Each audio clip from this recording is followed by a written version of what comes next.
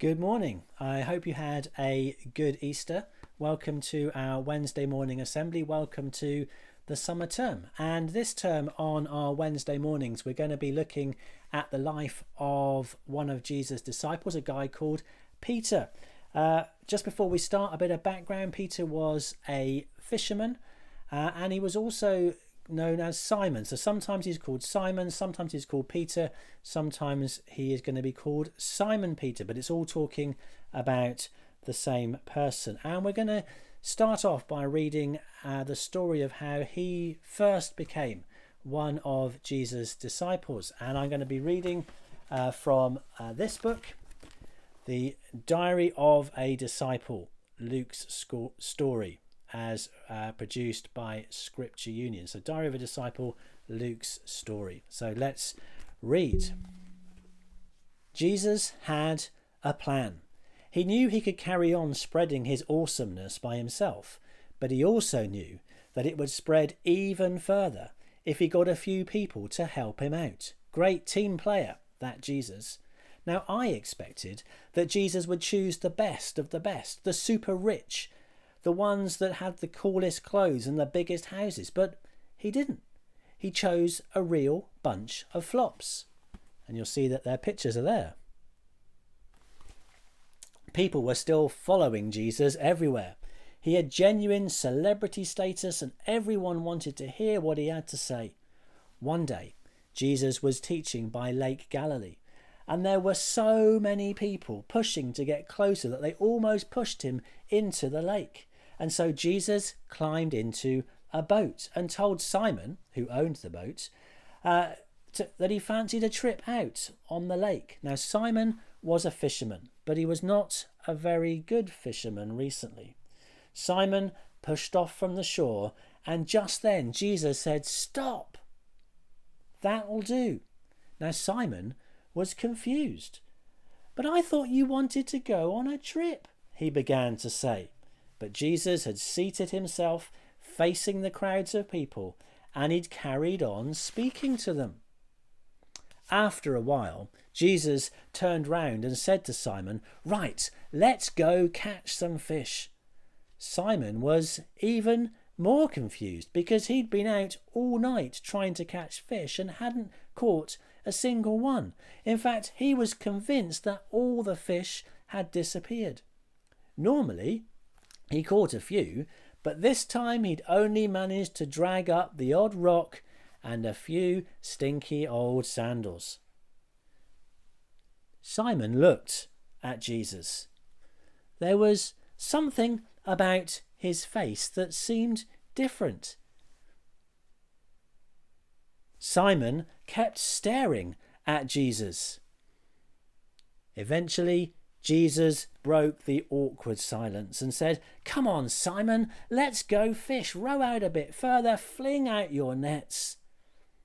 Simon thought maybe Jesus knew where all the fish had gone. Either that, or he was playing a not very funny prank.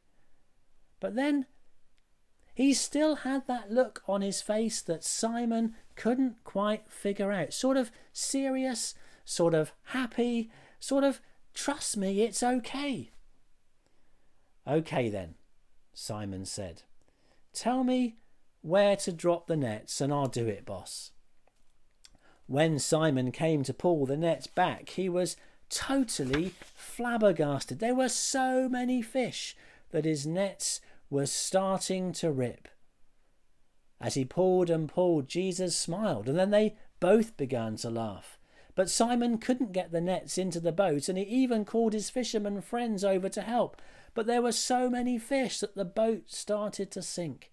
Even James and John, who were pretty good fishermen, had never seen so many fish in one place before. It was amazing. Did Jesus have a special fish radar or something? When the fish just kept on piling into the boat, Simon suddenly realized what had happened. He began slowly to put the pieces together in his head. So Jesus had done all this cool stuff. People were following him everywhere. Jesus was in his boat. Jesus had just given him the biggest catch of fish he'd ever seen. Whoa, maybe Jesus was actually... Simon fell to his knees and mumbled, "Jesus, don't come near me. I'm a bad man. I've done bad things. I'm not good enough for you. You're just too awesome." "Simon, don't worry," Jesus said. "You're a wonderful fisherman. In fact, you're all wonderful fishermen. Except that you're not going to catch fish anymore. You're going to catch people."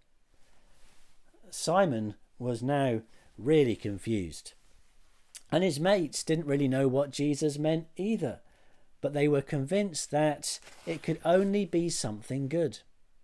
So they pulled in their nets and they left the fish, they left the nets, they left the oars. In fact, they left everything behind and they ran after Jesus.